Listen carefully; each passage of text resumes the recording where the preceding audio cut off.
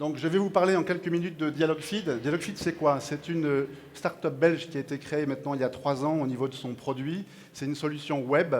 Mais pour moi, une entreprise, c'est avant tout une aventure humaine, une aventure passionnante, avec une petite équipe aujourd'hui qui est une dream team, si je puis dire, ultra motivée de 5 personnes, une équipe franco-belge.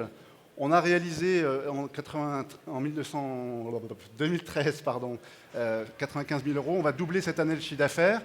Ça, c'est pour l'introduction. Maintenant, qu'est-ce qu'on fait? C'est quoi la problématique à laquelle on répond? Voilà, j'ai raté le... Voilà. Donc, la problématique à laquelle on répond, elle est simple. C'est qu'aujourd'hui, toutes les marques, petites ou grandes, ont besoin de collecter les contenus sociaux qui sont générés par elles. Tu veux aller sur la slide précédente? Non, mais c'est bon, c'est celui-là. On y est. Voilà, l'introduction était faite. Le slide suivant, c'était la problématique à laquelle on répond. Et donc, les réseaux sociaux sont partout, vous le savez. Ils sont de plus en plus complexes, il y en a de plus en plus. Et les marques ont besoin de collecter tous les contenus qui parlent d'elles, qu'elles ont elles-mêmes émises, mais que leurs clients, que leurs fans, que leurs followers ont écrit sur les réseaux sociaux et posté. Le consommateur, il est partout. Il est dans la rue, il est dans les magasins, il est chez lui, il est dans les transports. Et nous, notre métier, vous allez le voir, c'est de collecter tous ces contenus, qu'ils soient des réseaux sociaux, alors on ne le voit pas derrière José, mais il y a un flux RSS qui permet d'aller récupérer des contenus de blogueurs ou d'influenceurs, quelle qu'en soit la provenance. Nous, c'est la petite boîte bleue qui est au milieu. On collecte tout ça, on permet aux clients, marques, petites et grandes, d'aller modérer ces contenus, d'aller les enrichir et surtout d'aller les republier. Notre valeur ajoutée est dans la modération, la curation, mais la republication aussi sur tous les écrans. Alors sur tous les écrans, ça veut dire sur le site web bien sûr, qui est le point central, mais sur les blogs, sur les apps mobiles et sur les télés connectées. On va voir plus concrètement en quoi ça consiste. Voilà. Les références aujourd'hui sont nombreuses, on a plus de 1500 comptes ouverts aujourd'hui dans le monde entier. Dans les grandes lignes, on a quelques belles références comme Telenet en Belgique depuis 2 ans, on a France 24 depuis 2 ans, on a La Redoute depuis 2 ans, on a BNP Paribas dans les sites corporate qui signent pour la 3e année avec nous, donc on a un taux de récurrence fort de nos abonnés. Ça, ce sont les grandes thématiques. Plus concrètement, on a plein d'exemples à vous montrer. Vous irez voir sur le site, vous irez voir surtout sur les sites de nos clients, sur La Redoute, par la partie social commerce, qui incite les clientes à se prendre en selfie et à pouvoir voter ensuite sur les photos des clientes. Sur la social TV, des clients comme France 24 ou comme ITV en Angleterre qui font de la social TV. Et puis, ce qui se développe de plus en plus, c'est la partie lieu de vente, événementiel. On le voit ici puisque nous fournissons effectivement le wall de l'événement aujourd'hui, mais on le fournit aussi sur des lieux publics, dans des centres commerciaux, dans des magasins, dans des hôtels. On est en ce moment même aussi en live à Bordeaux pour les assises du numérique en France avec la ministre Madame Le Maire, Axel, qui utilise notre wall pour aller poster en live à Bordeaux. Donc tout ça, c'est les exemples concrets qui sont très nombreux. Pourquoi on cherche 300 000 euros? C'est évidemment pour accompagner la stratégie online qui est nouvelle, puisque jusqu'à présent, on était essentiellement centré sur les grands comptes. Et depuis cet été, nous avons lancé une offre freemium que nous voudrions accélérer parce qu'elle a le mérite, en plus, de tirer le marché des grands comptes vers nous de manière beaucoup plus facile. On a besoin, évidemment, comme toute société de technologie, de continuer à innover, de continuer à enrichir notre offre avec, entre autres, des analytics et des connexions. Et puis... Et puis de financer l'arrivée à la rentabilité, qui devrait être assez rapide, puisqu'on est déjà pas loin. Et donc, mi-2015, nous serons à la rentabilité. Et donc, on a besoin d'un petit bridge pour financer l'arrivée à la rentabilité, sachant qu'on avait déjà fait une première levée de fonds en 2011 pour le lancement de l'offre de 500 000 euros, et que là, nous recherchons aujourd'hui 300 000 euros pour le bridge. Merci bien, en tous les cas. Un grand applaudissement pour Laurent. Je me tourne vers l'éminent jury et avez-vous des questions à lui poser? Alors moi, j'ai une question qui me brûle les lèvres, parce que je trouve que ce que tu fais ressemble très fort à un genre d'initiative américaine comme ça. C'est plutôt une boîte qui ressemble à une boîte américaine, ce que tu es en train de faire. Et tu n'as pas tellement de concurrents qui font la même chose aux États-Unis, d'après ce que je sais, ou bien si? Au contraire, on a beaucoup de concurrents aux États-Unis, on n'en a aucun en Europe aujourd'hui. Et en fait, pour nous, il y a une espèce d'urgence.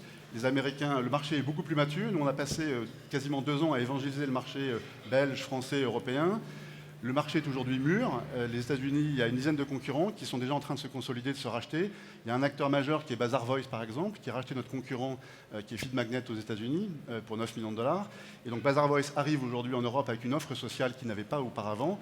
Donc on a besoin d'accélérer justement notre stratégie freemium.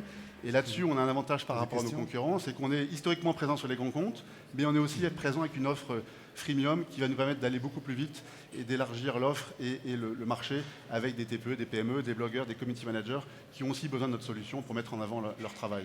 Écoute, ça me rappelle la situation chez KeyTrade. Nous, on avait un concurrent américain qui s'appelait eTrade, qui a débarqué ici en Belgique. On s'est dit, merde, on va se faire concurrencer par eTrade, etc., etc. Et ils sont repartis la queue basse quelques années après. Nous, on a eu très très peur. Ça nous a plutôt galvanisé et dynamisé. Mais en fait, honnêtement, un Européen, non, un Américain qui s'installe en Europe, généralement, c'est très difficile pour eux de réussir. Et donc, ne flippe pas vis-à-vis d'eux. Pose-toi peut-être même la question de savoir si toi, tu n'as pas envie d'aller aux États-Unis.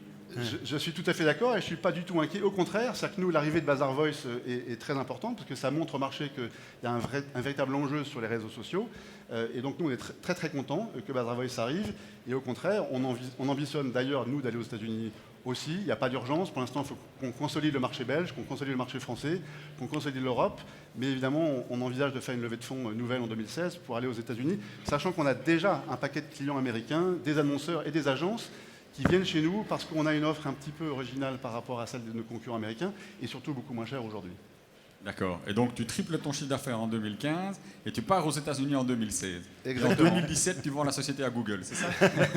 À Google, où il y a beaucoup d'acquéreurs potentiels. Donc Google, pourquoi pas, mais il y a beaucoup d'autres. Pourquoi Bazaar Voice? Il y en a plein. Il y a beaucoup d'acquéreurs dans ce domaine des contenus digitaux, des SS2I, des agences web, des éditeurs de soft dans le social, des syntésios.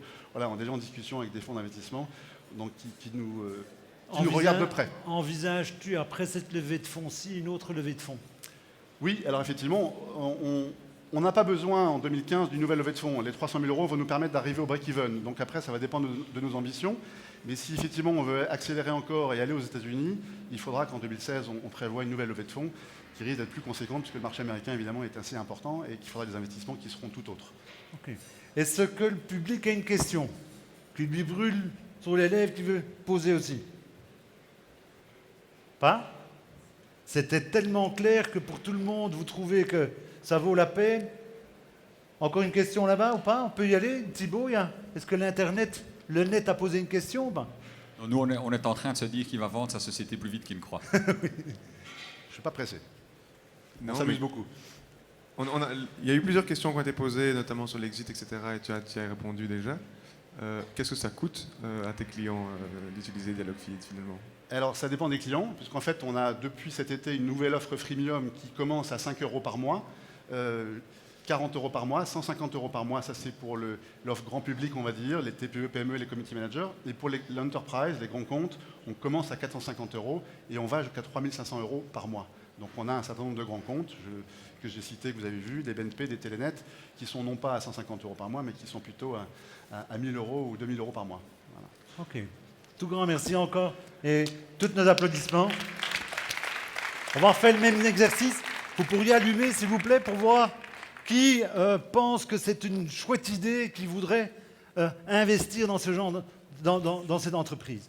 1, 2, 3, 4, 5, 6, 7, 8, 9, 10, 11, 13, 14, 15, 16, 17, 18, 19, 34, 25, 26, 27, 28, 29, 30, 31, 32, 34, 40, 44, 45, 46, 47, 48, 49, 50, 54, 55, 56, 57. 57. Donc, merci bien.